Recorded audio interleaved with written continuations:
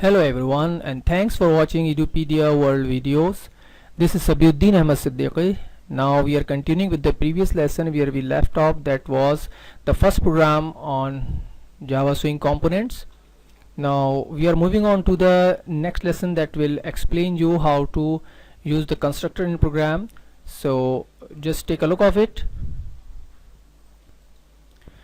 We left over here Swing first program in GUI, so you are already aware of this thing. So moving on to next. So this is the current topic which we will be focusing on. Now you can see that we are going to write a program by association inside constructor. That means you will use the constructor with a class, and you will see that the creating of JFrame, JButton and method call inside the Java constructor. So if you see this, you will see that how the program works. So you can see that if we take a look inside this program, you will come to know about that. You see that the line number 1, 2, 3, 4 is missing. So you can see that they are appearing now. First of all, import java.x swing. Then second part is public class a constructor. I have kept the name a constructor. That means association constructor. And if you want to understand the methods, classes, constructor, destructor, something like that, so just give them a name so they can associate or correspond to the learning capabilities. Now what you have to do, you can see that the first line is the import statement, then the second line is the public class. That means the main class, the class starts here. That means the program class starts here. Then basically the program is based on association inside constructor. That means that you will be using the things with the constructor association. Now I have kept the name JFrame as JF. You have terminated the statement with the semicolon. If you have learned C language, so always remember that semicolon will be the important part of statement writing in Java. Now you can see the statement number 4, line number 4, a constructor, parenthesis open and parenthesis close. Then you can see the curly brackets open. Now I have commented here constructor initialized. That means the constructor instance is fired. That means the constructor took place in memory. Now within the curly brackets you have written JF equals to new JFrame, parenthesis closed, semicolon, and then you have put again comments, that is creating instance of JFrame. That means you have already defined JFrame in association with the java x dot swing dot asterisk, means that JFrame is referenced in the memory of the libraries. Now line number 6 goes empty. That means you have kept the white space here. And before I move further, I can just explain what is white space. Basically giving the unnecessary spaces rather than the required one is termed as white space, or all the lines which we write are called white spaces, but to some extent white spaces are allowed where you see that the instructions or statements are not mixing together. But if you are comfortable with this, you can highlight things through comments or through remarks, so you can go ahead. Now line number 7, you can see JButton. I have created a JButton, JB equals to new JButton, and the message will be generated, press the button. Now JButton or JF equals to new JFrame, you can see there is a little difference. There in the JFrame class I created JFrame JF on the top before constructor, and JF equals to new JFrame under the constructor. Now this means the JFrame is the external one, and JF which is referencing the JFrame from outside the constructor. And JButton, again you can see the JButton is a class API, JButton's class API, where JB is an object of the JButton, where you are passing the command, that is press the button. Now you have closed this JButton, JB equals to new JButton, press the button, parenthesis close, semicolon, and again you have put up remarks, creating instance of JButton. Now instantiating means that you are creating an object. You can see on line number 8 that tells you about the JB Java button is created now, and now you are in a position to set the bounds of the J button. That means how long it should be, how high it should be, and what axis should it contain, and what should be the x-axis coordinates, and what should be the y-axis coordinates, and what should be the height, and what should be the width. So all these properties, parameters will be written in integer form. Now if I write jb dot set bounds, bracket open or parenthesis open, 130 is x, 100 is width, and 40 is height. So you can see that this is the J button length. That means button face is set to this property. Now when the button will run, you will see this is. Now line number 9 tells you about nothing, goes empty. Again moves on to line number 10. JF Java frame. You can see that JF we have already created before creating button. Now JF, with the reference of JF you can add the JB. You can see the method, inner method is called with the JF dot add. Add is a built-in method in JF with the help of JFrame. Now JF dot add JB, you can see the add parenthesis open JB, you put inside the parenthesis and close the parenthesis and terminate it through the semicolon. Now again you are just putting remarks, that is adding button in JFrame.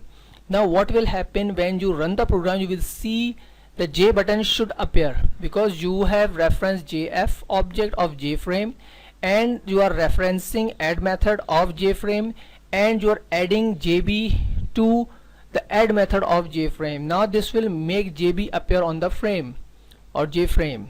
Now moving on to line number 11, again this is kept empty just for to make the indentation that the program has some parts or portions so you can easily understand. Now moving on to line number 12, JF dot set size. Yes, set size means you are setting the size of the frame because this is referencing JF. JF means JFrame. So if you want to see the canvas size, this is also called canvas. This is also called canvas, where the background of the frame size, so you are setting the frame size JF dot set size. Now parenthesis open, 400 x and 500 y. Now you can see 400 width and 500 height, you can understand this way. Now JF, again you are setting the layout. Layout means it could explain you whether you are keeping the frame in the center, top, bottom, right or left. So these are 5 types of layouts. JF dot set layout, you are setting the frame. Null, you are not setting anything, it will go to the default values where is nothing set to the layout. Now again you can see that it is terminated by a semicolon and putting a remarks next to it, that is using no layout managers. Now next is your line number 14 says JF dot set visible.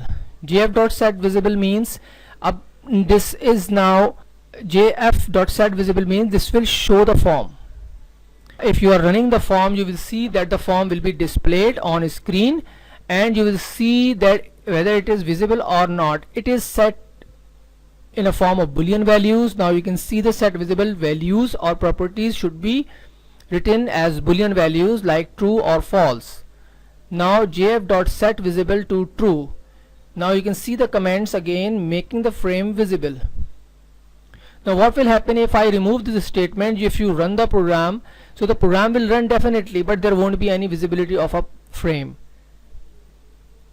To see the frame you have to write this statement. In some cases, if the object, let's suppose button you have created, you are not setting the button visible, so sometimes in some cases, in the complex cases, you have to set the visibility of all buttons, all objects to true, so that all objects can be displayed on the frame and then you call the form to run.